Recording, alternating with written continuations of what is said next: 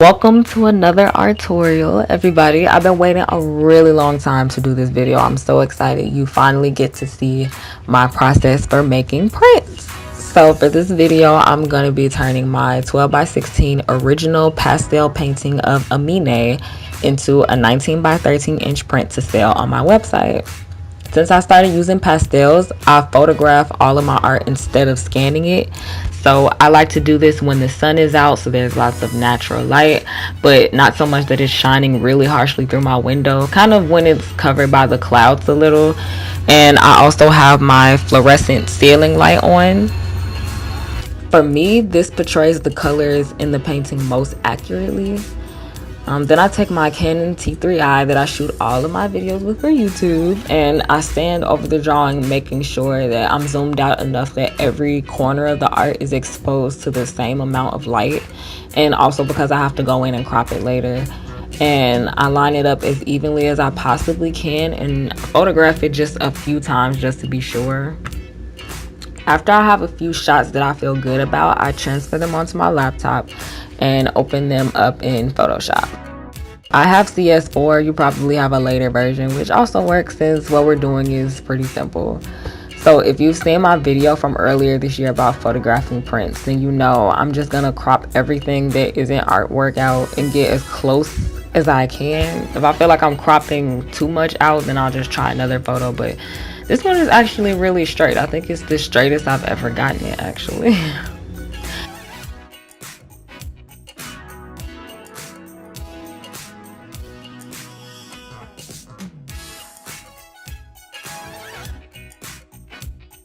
Now this one did come out a little dark to me, so I'm gonna just brighten it a little bit. And then when I save the original photo, I name it after the drawing and add unedited to it, so that if I need to go back and use it after I've added effects or something, I can always start from scratch. Now I like to create a white border manually because when I have the borders on my printer settings, it never prints them evenly and it messes up the whole print. So I'm gonna manually add some borders now to create 8x10s, A3s, and 13x19 prints for Amine. So to do that, I just copy the artwork over to a larger blank white document, and then I set my crop dimensions to whichever size print I'm trying to make. Then I crop it so that the white is even on all sides and I have as little white as I possibly can, if that makes sense.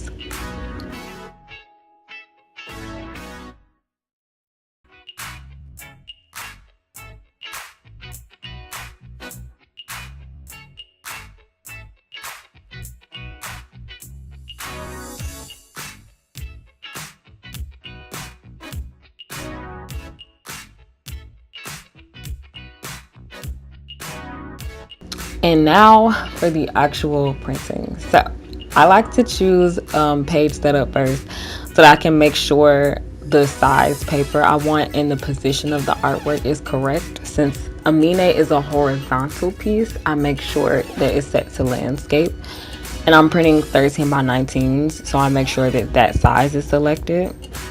Then I go to print. Now, I personally go by the printer settings that Epson has actually suggested in order to ensure accurate color. These settings are suggested for people printing from Photoshop on a Windows computer.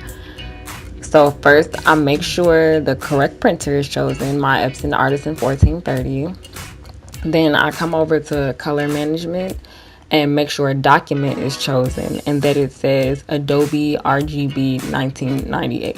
If it doesn't say that, I have to exit out of the printer settings, go to edit, then color settings, and choose North America Prepress 2 under the settings tab. Then click OK and go back to printer settings. So under color handling, I select Photoshop manages colors. Under printer profile, you need to choose the color profile that is specifically for the type of paper and printer that you are using. Since I use Red River 60-pound polar matte paper from my Artisan 1430, I had to download that specific color profile from Red River's website. But if you're using regular Epson paper, then just choose whichever type of paper you're using from the drop down, or whatever brand of paper. I'm sorry, everybody's not using Epson printers, but whatever brand of printer that you're using. So for rendering intent, I choose relative color metric. Epson did suggest that if your image is very saturated, you should select perceptual instead. I make sure the box next to black point compensation is checked, and also the box next to scale to fit media, so that the artwork covers the whole paper and doesn't like print out a small version of it on a large sheet of paper. Lastly, I make sure the settings on my printer match up with the Photoshop settings.